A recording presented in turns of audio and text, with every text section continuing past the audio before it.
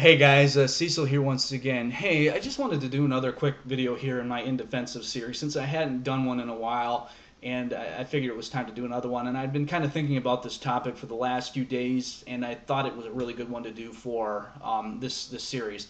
If you remember my last In Defensive video, I took a look at the Sega Saturn 3D controller and why I thought it deserved a lot more praise than it seemed like a lot of gamers were giving it.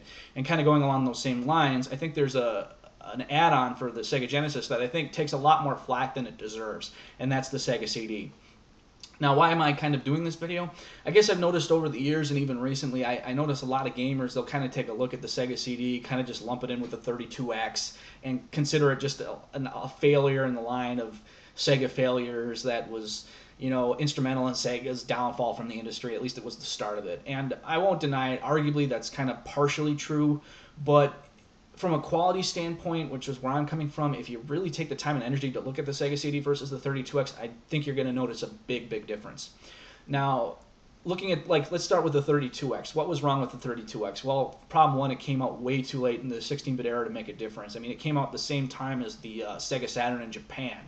I mean, that's really to have a really strong support and a really good library. That's the wrong time to be releasing your 16-bit add-on, to give more power to your system, especially when you've got your successor system coming out at that same time within 6 months in the U.S. like the Saturn did.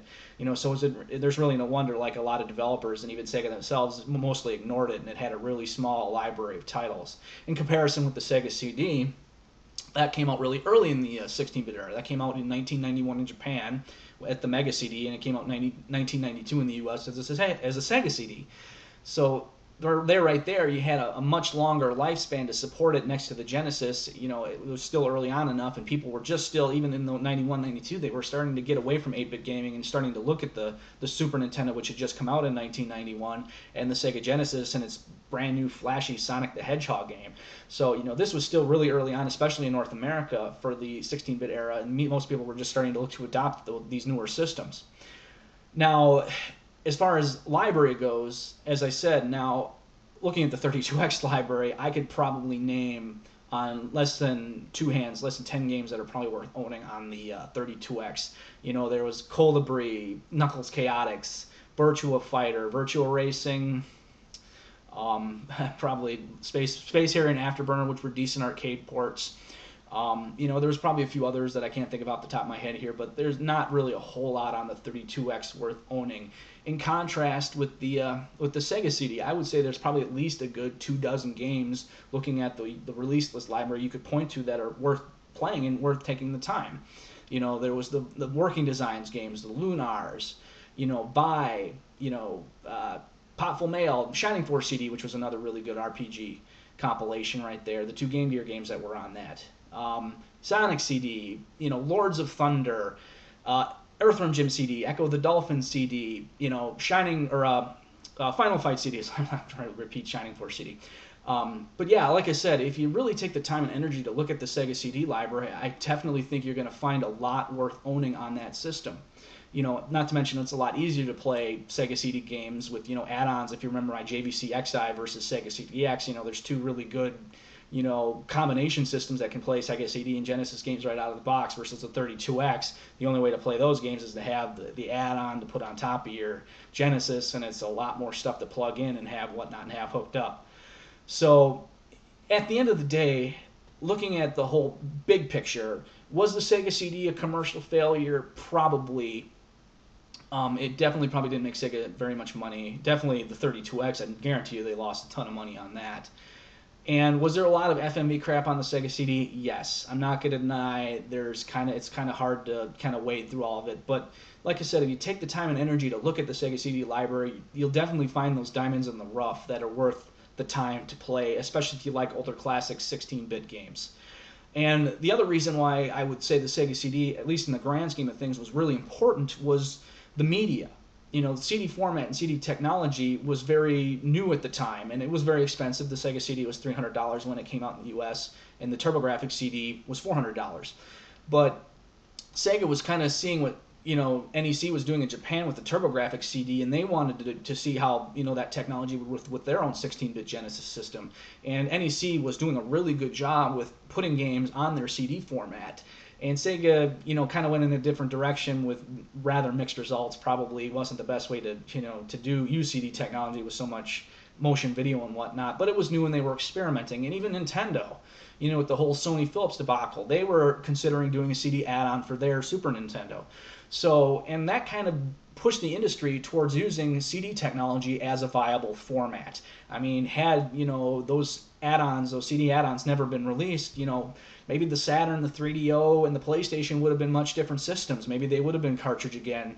And we saw how Nintendo went with cartridges again with the N64, how that kind of, hindered that system's ability to really have, really, really good looking games. The N64 was the most powerful system at the time, but the format kind of limited it, with, muddier textures and, simple looking models and whatnot. They really didn't have the space that the CDs on the Saturn and the PlayStation had, that in the right hands, had much better textures and could store a lot more memory and whatnot, since they were much larger in size versus cartridges.